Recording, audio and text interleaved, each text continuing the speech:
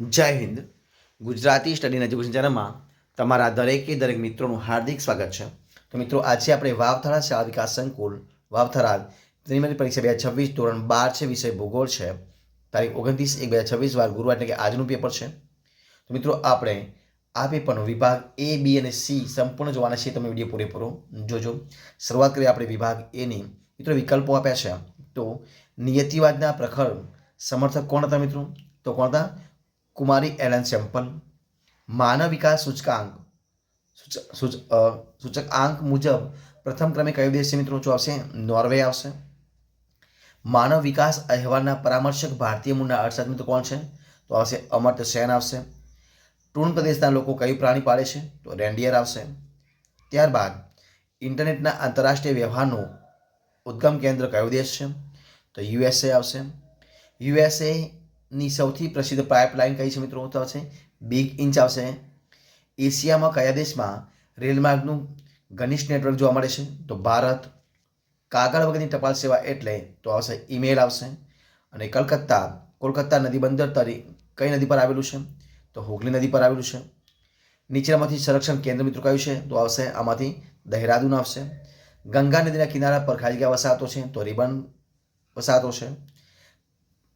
Cryolite કયા પ્રકારનું સંસાધન છે? તો એકલ સંસાધન છે. ત્યારબાદ મધ્ય અમેરિકાની કયા પાક વિશ્વના દેશોમાં ફેલાયો છે? તો મકાઈએ ફેલાયો છે. વિકાસશીલ દેશોની મુખ્ય સમસ્યા કઈ છે? તો આવશે ગરીબી. માનસિક તાણ પેદા કરનાર પ્રદૂષણ એટલે કે ધ્વનિ પ્રદૂષણ. ત્યારબાદ નકશા તૈયાર કરતી કોલકાતામાં આવેલી સંસ્થા એટલે નાટમો આવશે. કઈ આવશે વિકલ્પોમાંથી? નાટમો. ત્યારબાદ વર્તુળમાં કુલ ખૂણાના કેટલા અંશ છે મિત્રો? તો 360 અંશ આવશે. કાર્ટોગ્રામ કયા પ્રકારનો આલેખ છે? તો અન્ય છે. જીપીએસ પ્રણાલી વિકસાવનાર દેશ કયો છે? તો યુએસએ આવશે. દિશા સાથે પરિમાણ ધરાવતી માહિતી એટલે વેક્ટર ડેટા આવશે. ત્યાં વિભાગ બી જોઈએ મિત્રો આપણે. તો જોઈએ વિભાગ બીની અંદર આપણે તો નયનિયતિવાદી વિચારધારા કોણે આપી છે? તો ગ્રિફિથ ટેલરે આપી છે. બીજો પ્રશ્ન છે વસ્તી ગીચતા એટલે શું? તો મિત્રો, વસ્તી ગીચતા એટલે જે તે પ્રદેશમાં પ્રત્યેક ચોરસ કિલોમીટર દીઠ વસેલી સરેરાશ જનસંખ્યા, જેને આપણે વસ્તી ગીચતા કહી શકીએ. ત્યારબાદ ખનિજની વ્યાખ્યા આપવાની છે. તો નિશ્ચિત અણુરચના, રાસાયણિક બંધારણ અને સમાન ગુણધર્મ ધરાવતા ઘન, પ્રવાહી અને વાયુમય પદાર્થોને ખનિજ કહેવાય છે. ત્યારબાદ માનવીની કઈ શક્તિઓથી પંચમ પ્રવૃત્તિ વિકસે છે મિત્રો? તમારે મને કોમેન્ટમાં કહેવાનું છે. ત્યારબાદ સંચાર તંત્ર એટલે શું? તો એક સ્થળેથી બીજા સ્થળે માહિતી કે સંદેશો મોકલવા કે પ્રાપ્ત કરવા વિસ્તૃત વ્યવસ્થાપન, જેને સંચાર તંત્ર કહી શકાય છે. ત્યારબાદ ફેરીબંદર કોને કહી શકાય? તો જ્યાં ગીચ વસ્તીના પ્રદેશ, ટાપુવાળા વિસ્તારો પર માનવી હોય તો નાની સ્ટીમર જેવા સાધનો દ્વારા એક પ્રદેશમાંથી બીજા પ્રદેશ જેવા જવા આવા બંદરો વિકાસ પામતા હોય તેને ફેરીબંદર કહી શકાય છે. ત્યાં મિત્રો જોઈએ આપણે પ્રશ્ન આગળનો. ભૌગોલિક માહિતી કોને કહી શકાય? તો પૃથ્વી પર સપાટી પર સ્થળો, લક્ષણો, ઘટના સંબંધિત જે ડેટા માહિતી છે ને મિત્રો, ભૌગોલિક માહિતી કહી શકાય. 28મો મિત્રો પ્રશ્ન બનશે. કયો છે પ્રશ્ન 28મો? તો કે કયા પ્રકારના આલેખની પદ્ધતિ સૌથી વધુ વપરાય છે? તો સ્તંભ આલેખ આવશે. અને 29મો પ્રશ્ન છે કયો છે? તો સોફ્ટવેર એટલે શું? તો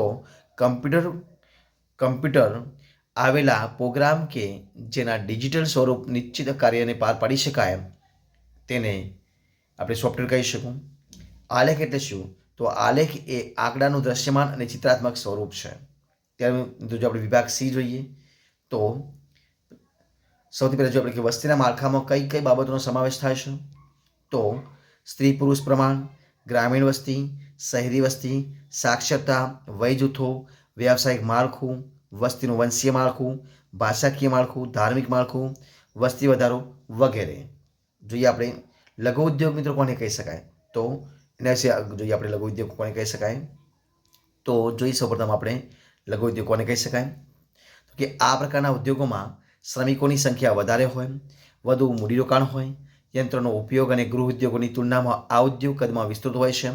રોજગારીની તકો અહીં વધારે હોવાથી સ્થાનિક લોકોની આવક વધે છે.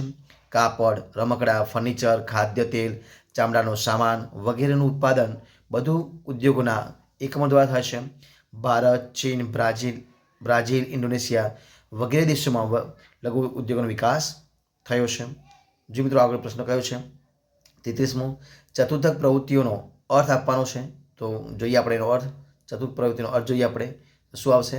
તો અહીં તમારી સમક્ષ છે આપણે તો કે ચતુર્થક પ્રવૃત્તિઓમાં માનવીની વિશિષ્ટ પ્રકારની સેવાઓનો સમાવેશ થાય છે. ચતુર્થક શબ્દનું તાત્પર્ય છે કે તેનો સંબંધ ઉચ્ચ બૌદ્ધિક વ્યવસાયોથી છે, જેનું કાર્ય ચિંતન, સંશોધન અને વિકાસ માટે નવા વિચારો આપવાનું છે. 34મો જે પ્રશ્ન આપણે 34મો કયો છે પ્રશ્ન 34મો, તો પરિવહનના મુખ્ય માધ્યમો તમારે જણાવવાના છે. તો એ જોઈએ મિત્રો, પરિવહનના મુખ્ય માધ્યમો કયા કયા છે. તો અહીંયા તમારે સમજવું જોઈએ. તો સૌથી પહેલાં જમીન માર્ગો 2 પ્રકારના છે, સડક માર્ગ અને રેલ માર્ગ. ત્યારબાદ જળમાર્ગો, એ પણ 2 પ્રકારના છે, આંતરિક અને દરિયાઈ માર્ગ છે. હવાઈ માર્ગો, તો રાષ્ટ્રીય હવાઈ માર્ગ અને આંતરરાષ્ટ્રીય હવાઈ માર્ગ, પાઇપલાઇન અને રોપવે આ પ્રકારના થશે.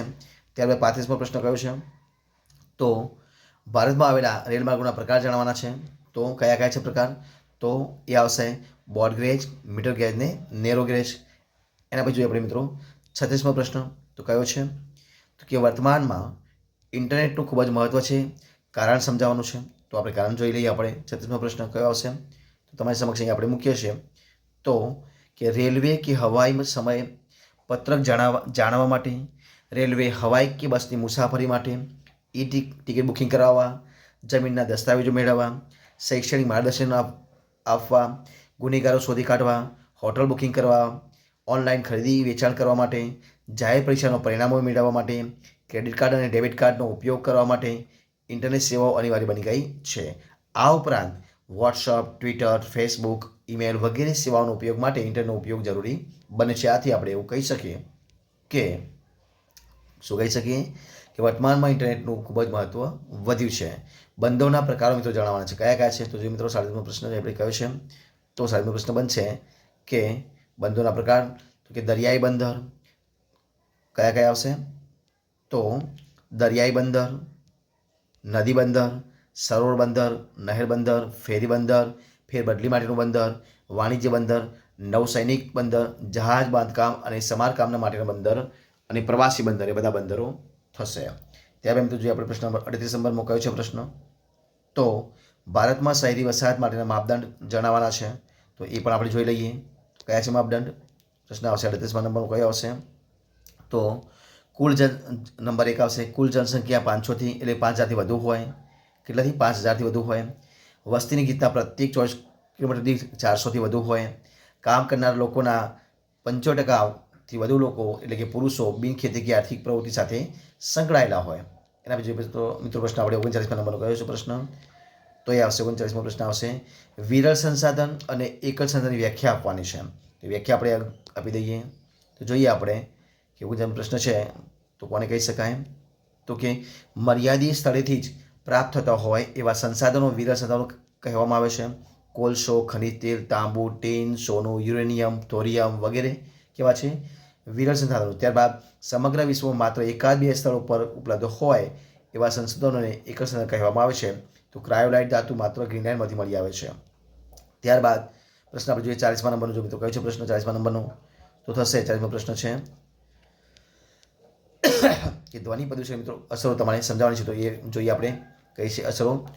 તો અહીંયા આવશે તમારી સમક્ષ, તો કે સતત ઊંચા ઘોંઘાટમાં કામ કરતા લોકો માનસિક તણાવ અનુભવે છે અને તેમનો સ્વભાવ કેવો બની જાય? ચીડિયો બની જાય છે. ત્યારબાદ યંત્રોના ભારે અવાજ વચ્ચે કામ કરતા લોકો લાંબા ગાળે બહેરાશ અનુભવે છે. તીવ્ર ઘાઘાટ વચ્ચે કામ કરતા લોકોના હૃદયના ધબકારા વધી જાય છે તથા તેમની સૂંઘવાની અને જોવાની શક્તિઓ પણ ક્ષીણ થવા લાગે છે. ધ્વનિ પ્રદૂષણ જો આ રીતે જ નિરંકુશ વ્યાપ્ત થતું રહેશે તો એક દિવસ આપણે સામાન્ય વાતો પણ ઘોટા કે બૂમ પાડીને કરવી પડશે. ત્યારબાદ ધ્વનિ પ્રદૂષણથી પાલતુ પ્રાણીઓ પણ ખલેલ અનુભવે છે. હવે જોઈએ આપણે પ્રશ્ન નંબર 41માં જોઈએ કયો છે પ્રશ્ન 41મા નંબરનો, તો એ મિત્રો અવલોકન પરથી મિત્રો તમારે બહુલક શોધવાનો હતો. તો મિત્રો કઈ બનશે, તો મિત્રો સૌથી વધારે 7 એ 3 વખત આપ્યો છે તો 7 એ બહુલક બનશે. એના પછી બધું કઈ પ્રશ્ન છે 42મા નંબરનો છે, ટપકું પદ્ધતિ મિત્રો સમજાવવાનું. તો જોઈએ આપણે ટપકું પદ્ધતિ કઈ આવશે, તો એ તમને આપણે જોઈ લઈએ કઈ 42 પ્રશ્ન છે. તો જોઈએ આપણે એની અંદર, તો થશે કે આ પદ્ધતિનો સૌથી વધારે ઉપયોગ વસ્તી અને તેના જુદા જુદા પાસા દર્શાવવા માટે કરવામાં આવે છે.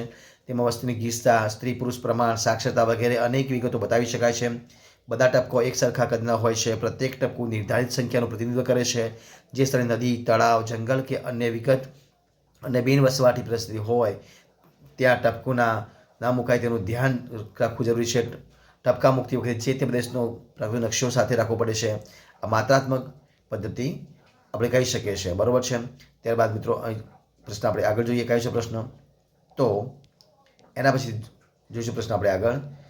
તો કે વિભાગ ડી છે, તો એની મિત્રો કુલ 8 પ્રશ્નો ઉત્તર તમારે આપવાના હતા. કયા કયા છે કે નિયતિ એટલે કે નિશ્ચયવાદ અને સંભાવ વિશે તફાવત લખવાનો હતો. વ્યાપારી પશુપાલન વિશે તો તમારે નોટ લખવાની હતી. એના પછી છે ઇન્ફોર્મેશન ટેકનોલોજી વિશે તમારે સમજાવવાનું હતું. સુએઝ નહેર વિશે તમારે સમજાવવાનું હતું. ભારતના વિદેશ વેપારની તરાહ સમજાવવાની હતી. જળ પ્રદૂષણ અને તેની અસરો વિશે સવિસ્તર લખવાનું હતું. સાગરીય ખનિજ સંસાધનો પર ટૂંક નોટ લખવાની હતી. ભૂખમર એટલે શું તેની સમજૂતી આપવાની હતી. આંકડાકીય મિત્રો જે માહિતી છે મધ્યસ્થ તમારે શોધવાનું હતું.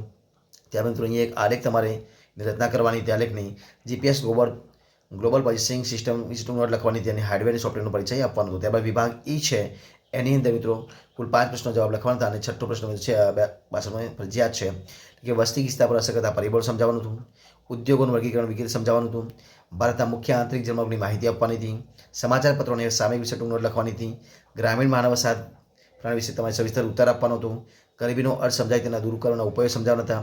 વાયુ પ્રદૂષણ એટલે શું તેના કારણો અને અસરો સમજાવવાની હતી. ત્યારબાદ મિત્રો એ તમારે નકશો આપ્યો છે, તો એ નકશામાં તમારે યોગ્ય સ્થળો તમારે દર્શાવવાના કયા કયા છે. તો ભારતમાં સૌથી ઓછું વસ્તી ધરાવતું મિત્રો જે રાજ્ય આવશે અરુણાચલ પ્રદેશ આવશે. રાષ્ટ્રીય ધોરીમાર્ગ નંબર 1 અને તેના પર આવેલું અટક સ્થાન તો દિલ્હીથી અમૃતસર, અટક સ્થાનથી અંબાલા અને જલંધર. ભારતનું એક ફેરી બંદર તો ભાવનગર, ઘોઘા, મુંબઈ તમે લખી શકો.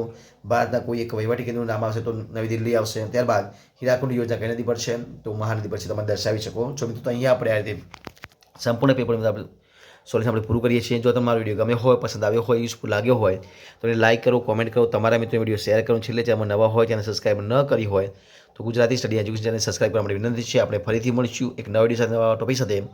ત્યાં સુધી બની રહો. જય હિન્દ, જય ભારત, જય જય ગુજરાત. Best of luck.